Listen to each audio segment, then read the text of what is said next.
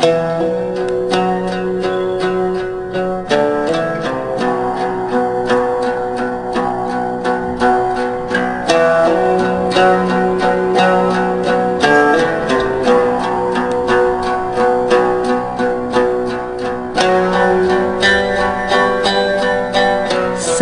alaikum. May the divine peace be with you. Welcome to my podcast, Hidden Jewels of the Quran. In this podcast, I'm going to share with you reflections on the Holy Book, based on our common inner experiences, integrating spirituality with psychology, science, philosophy, and ethics.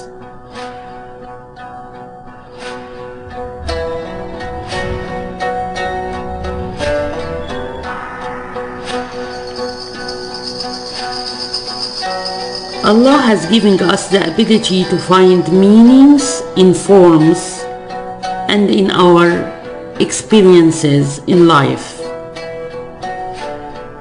And Allah gifted us with sensations, feelings, rationality, intuition, and imagination to enable us to know the hidden jewels within us and to enable us to discover the hidden jewels of life. So let us start.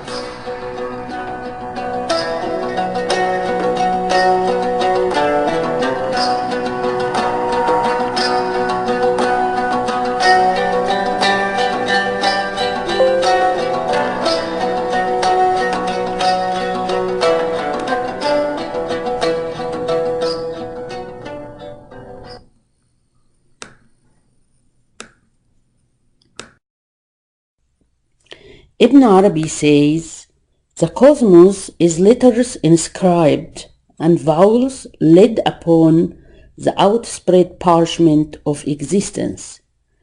He's making the analogy that the cosmos resembles our speech.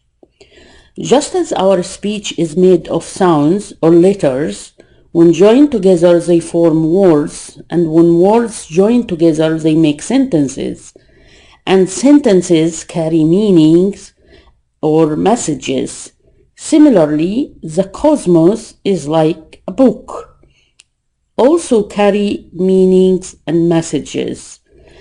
And the cosmos is made of particles, and these particles resembles the letters. When they join together, they form entities, and entities resemble words. Each entity is a divine word, and then when they join together, they make the cosmos, which carry a meaning and message. And just as our speech disappears quickly, like when we say a word, it disappears quickly. Similarly, the physical appearances of entities also appear and disappear. So this appearing and disappearing resembles inhaling and exhaling. Exhaling means something comes out of the divine essence, out of the divine qualities, and manifest in physical existence. And inhaling means everything annihilate in the divine essence. And this is everlasting and continuous. The cosmos is in continuous flux. It gives us the illusion that it is permanent, but forms always disappear. Some forms disappear quicker than others. But at the end, everything is actually instantly is different from moment to moment, as if this inhaling and exhaling is continuous. Things appear and disappear continuously. They appear to express the divine qualities, and they all annihilated in the divine essence. It's interesting to know that the standard model of particle physics speaks of elementary particles as the main constitutions of matter. Elementary particles include fermions such as quarks, leptons, antiquarks, and antileptons. It also includes bosons or gauge bosons and Higgs boson. There are 6 quarks, 6 antiquarks, 6 leptons, 6 antileptons, and 4 gauge bosons. This makes 28. That is similar to the number of the Arabic letters. So, Ibn Arabi asserts that the universe is made of the Arabic letters. This might seem strange, but when we look, for example, at quantum physics or at the string theory and know that everything comes out of a quantum state or from a string, an oscillation, a vibration, then we understand that what Ibn Arabi said is not far-fetched, that everything comes from vibration, and that vibration is a sound, just as our speech. Our speech is also vibration.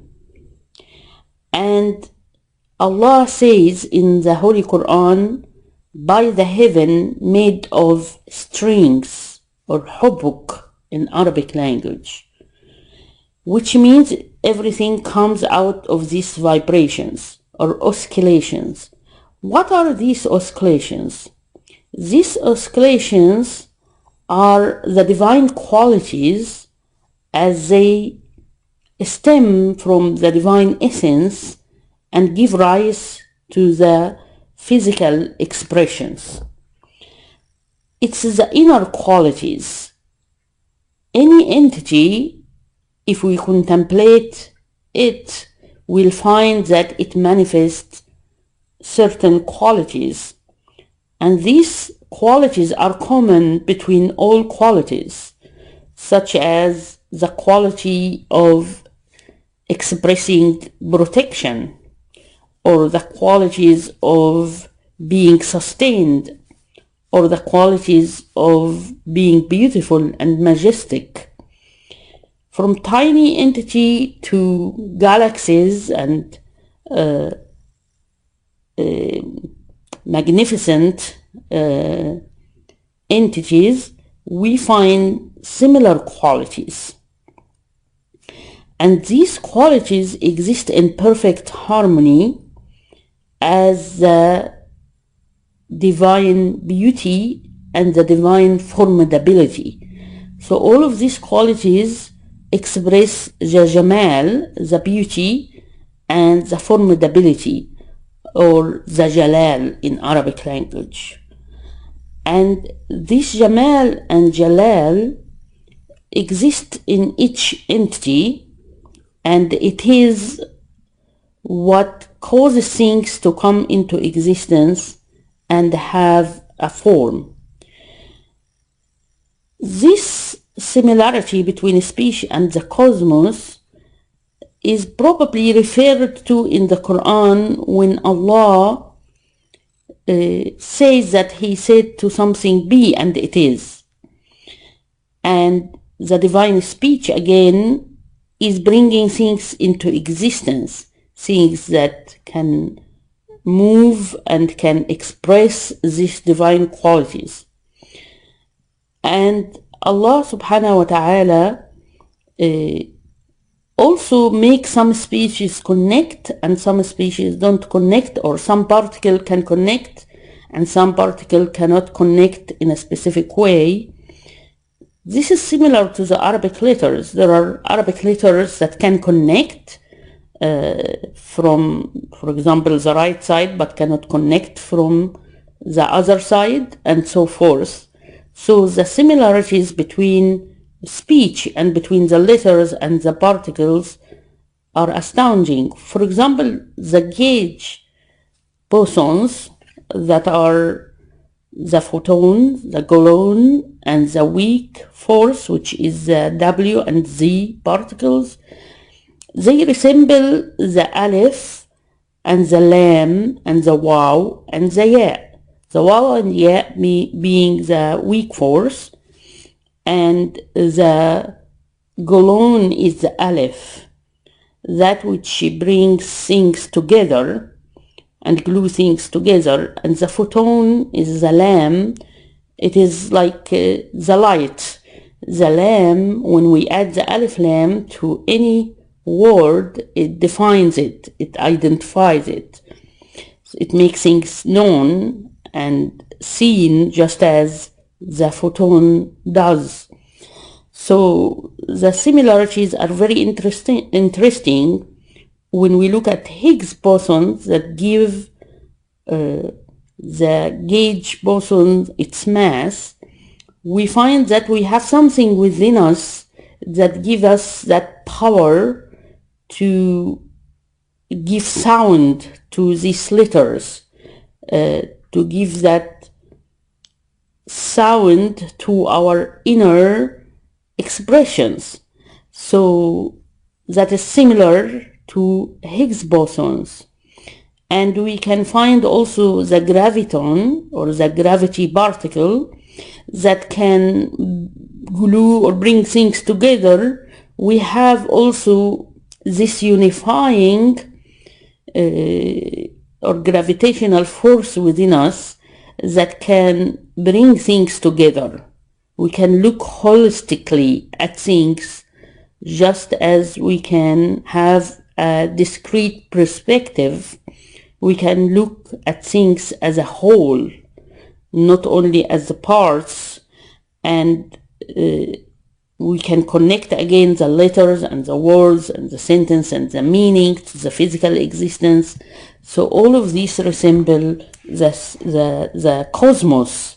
So the cosmos and our speech are alike.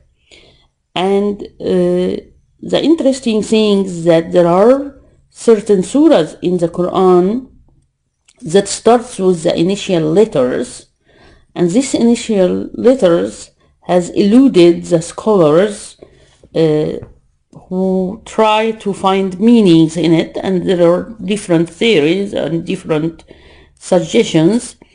But these initial letters probably also point to us about the fact of these vibrations that are directly related to the cosmos or to the nature around us. For example, when we use words such as knock or sizzle, you can see that it carries this kind of atomic interaction and give it a sound, a similar vibration. So speech is like giving description and meaning and creating that parallel universe. Speech can also make us express things that are not tangible, not physical, such as love, compassion, justice, and give it actually a physical expression. So speech can help us to express the non-material aspect of the universe, such as mathematical laws or concepts and abstract meanings and so forth. And it helps us to create music as well, which resembles sounds in nature. So the Alif Lam Mim, for example, and all these initial letters carry these vibrations which have an effect on the body. So when we do the dhikr, some mystics of Islam had included the recitations of the letters in their dhikr and the prolonging of the sounds according to the rules of tajweed. And these sounds have an effect on the body and on the nature around us and on the people who attend the dhikr.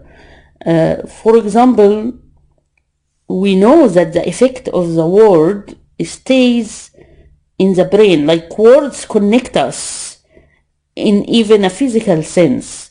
A good word or a bad word, an offending word or harmful word, can access the same area in brain just as physical pain.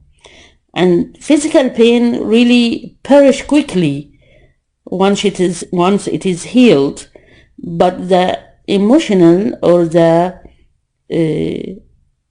harmful effect of a word, a painful effect, goes to our long-term memory and it stays there. And whenever we remember it, we still feel the same feeling.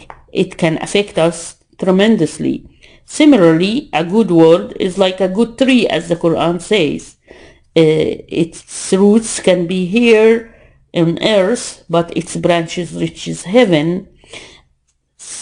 The good word also affects the listeners, and it is like branches. Its root is in you, and its branches reaches to the audience. So we have to be careful of our speech. We know that sound affect all elements, actually. You can watch YouTube videos in which you can see how sound of music, for example, can rearrange the atoms, literally.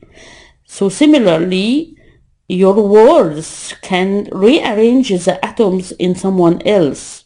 Your words to yourself can also rearrange the atoms within your own brain. So we have to be careful of words and its effects, because it's real vibration. It reaches to other people physically, it connects us, and so we want to plant these good seeds. For example, we know that a cosmic clamor, for example, can destroy the whole earth. So sounds are really important and have great effect on ourselves and our environment and on the elements around us. And that's why we should keep ourselves in the dhikr and in the prayer and in positive, inspiring, inquiring, kind type of speech. We have to also speak the truth in a wise way, so it can reach the audience in the right way and cause the real effect. And again, as I mentioned before, that some of the mystics had used the sounds of the Arabic letters, and especially the initial letters mentioned in the Quran, for healing and for raising our awareness and consciousness, which is really a beautiful practice. We can find parallel to it in other spiritual paths or religions, that they also do meditation using sounds such as for example, and all of these are holy vibration, or based on sacred knowledge of how the sound is truly or directly connected and connecting everything in the universe.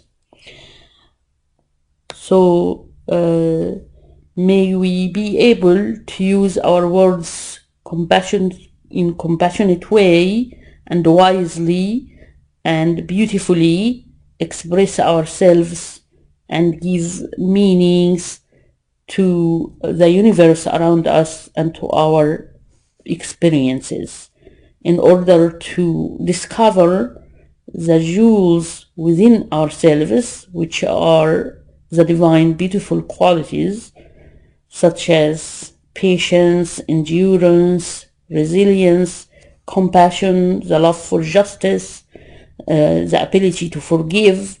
May we give this quality sound, may we give it a physical expression through which we know its beauty and its formidability, and respect that formidability, and may we able to know and read the book that is the cosmos and see how it resembles our own being and shares the same beautiful qualities. And if we do so, we will not seek to control nature, but we will understand nature and be able to live in harmony with nature. Thank you, and Assalamu alaikum wa rahmatullahi wa barakatuh. May the divine mercy and peace be with you. Please join me again in my coming episode in my podcast, The Hidden Jewels of the Holy Quran.